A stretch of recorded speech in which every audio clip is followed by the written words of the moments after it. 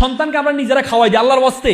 এখানে যারা অভিভাবক আছেন, আপনি সন্তানকে সবচেয়ে বেশি ভালোবাসেন, সন্তানকে কখনো খাওয়াই দিবেন না। সন্তানকে খাওয়াই দিবেন না। সন্তানের খিদা না লাগলে জোর করে খাওয়াবেন না। আবার বলতেছি, সন্তানকে খিদা না লাগলে সন্তানকে জোর করে খাওয়াবেন না। কারণ আপনি যদি সন্তানকে জোর করে খাওয়ান, এ খাওয়াটা তার ব্রেনে যায় না। আপনি তাকে খাওয়াচ্ছেন আর সে মোবাইল দেখতেছে, তখন তার মাথাটা ব্রেনে যায় না। সে যখন হাত দিয়ে খাবে, মনে রাখবেন আমাদের হাতের সাথে আমাদের ব্রেনের একটা সম্পর্ক আছে। সে যখন খাওয়ারটা হাত দিয়ে ধরবে, তখন তার হাত ইশারা করবে ব্রেনকে, এই তোমার জন্য খাওয়ার আছে। তখন তার ব্রেনে ডোপামিন হরমোন ছেড়ে দিবে, তখন এই খাওয়ার চাহিদা সে টানবে। তখন সে হাত দিয়ে খাবারটা যখন নিবে, দেখেন ওয়েস্টার্নরা এখন চামচ ব্যবহার করে, দেখেন না, চামচ ব্যবহার করে। অথচ ইসলাম কত সাইন্টিফিক, আমরা হাত দিয়ে খাই। কেন খাই? কারণ এখন বিজ্ঞান বলে আমাদের চামচ দিয়ে, এখন ওয়েস্টার্নরা অনেক, আমি দেখেছি অনেকে হাত দিয়ে খায়, অনেক হাত দিয়ে। ওই দিন আমি একটা এইতে কি বলে চায়নায় গিয়েছিলাম, সেখানে একটা হোটেলে রেস্টুরেন্টে বসলাম, একটা ওয়েস্টার্ন মেক্সিকো থেকে, সে দেখলাম চামচ রেখে হাত দিয়ে খাচ্ছে। তা আমি খুব কিউরিয়াসিটি হলো, তাকে আমি জিজ্ঞেস করলাম, আমি জানি যে সে কি আসলে বুঝে খাচ্ছে নাকি এমনি খায়। তাকে আমি জিজ্ঞেস করলাম যে আপনি কেন হাত দিয়ে খাচ্ছেন? বলে যে দেখেন হাত দিয়ে খেলে আমাদের ব্রেনের, তো আমি দেখলাম যে সে ব্যাখ্যাটা জানে। তার মানে আপনি যখন হাত দিয়ে খাবেন, হাতে যখন খাবারটা নেবেন, তখন হাত যেহেতু ব্রেনের সাথে সম্পর্কিত, ব্রেনকে সে কি করবে, সিগন্যাল দিবে। তখন এই যখন খাবেন, এই খাওয়াটা তখন ব্রেনে যাবে। আবার সন্তান যখন খিদা লাগবে তখন খাওয়ার দিবেন। আমরা খিদা ছাড়া খাওয়া দিই, জোর করে খাওয়াই, লাঠি একটা নিয়ে খাওয়াই। এই সন্তানের মধ্যে খাওয়া ভীতিটা তৈরি করবেন না। আপনার সন্তান আহামরি খাইয়া কোনো লাভ হবে না। যদি কারো exception can not be example, ব্যতিক্রম আছে, অনেকে সন্তান খেতে চায় না, সেটা ব্যতিক্রম আছে। অনেকে দেখবেন তার অসুস্থতা হইতে পারে। দাঁত দেখা যায় কার? একটু দেখেন তো, দাঁত কারো দেখা গেছে? দেখা যায় নাই মনে হয়, হ্যাঁ, মনে দাঁতের মধ্যে চুল গেছে মনে হয় না, হ্যাঁ এভাবে।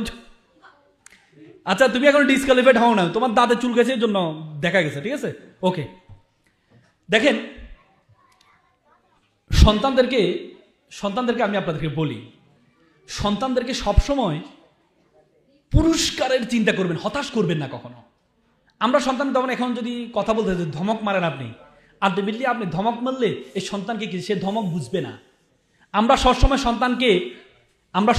সন্তানকে এই বিড়ালের ভয় দেখাই না, হ্যাঁ। শেরে বাংলা ফজিলত বলেছে, যে মা বাপরা তার সন্তানকে বিড়াল দেখাইয়া ভাত খাওয়ায়, সে সন্তান কখনো বাঘ হবে না, সিংহ হবে না।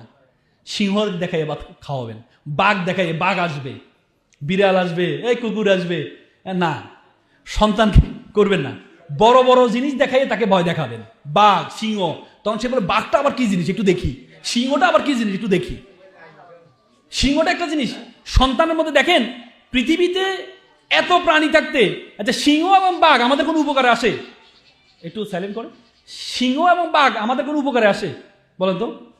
হ্যাঁ, আপনারা বাঘের দুধ খাইছেন কখনো? যে বাঘ তুমি আসো, তোমার দুধটা দুই আমরা খাবো, খাইছেন? গরুর দুধ খান না? খান। আপনারা কখনো সিংহের উপরে কখনো মালামাল টানছেন? সিংহর গাড়ি, গরু গাড়ির মতো।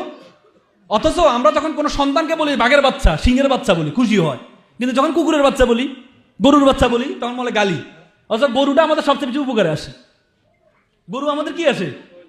উপকারে আসে। কুকুর আমাদের উপকারে আসে, আমাদের পাহারা দেয়। গাধা মালামাল বহন করে, আর তারা আমরা গাধা বলি। গাধার বাচ্চা বললে চি আমার গাধার বাচ্চা বলেছ। অর্থাৎ বাঘের বাচ্চা, সিংহের বাচ্চা কেন জানেন? সিংহের বাচ্চা বাঘের বাচ্চা কেন বলি?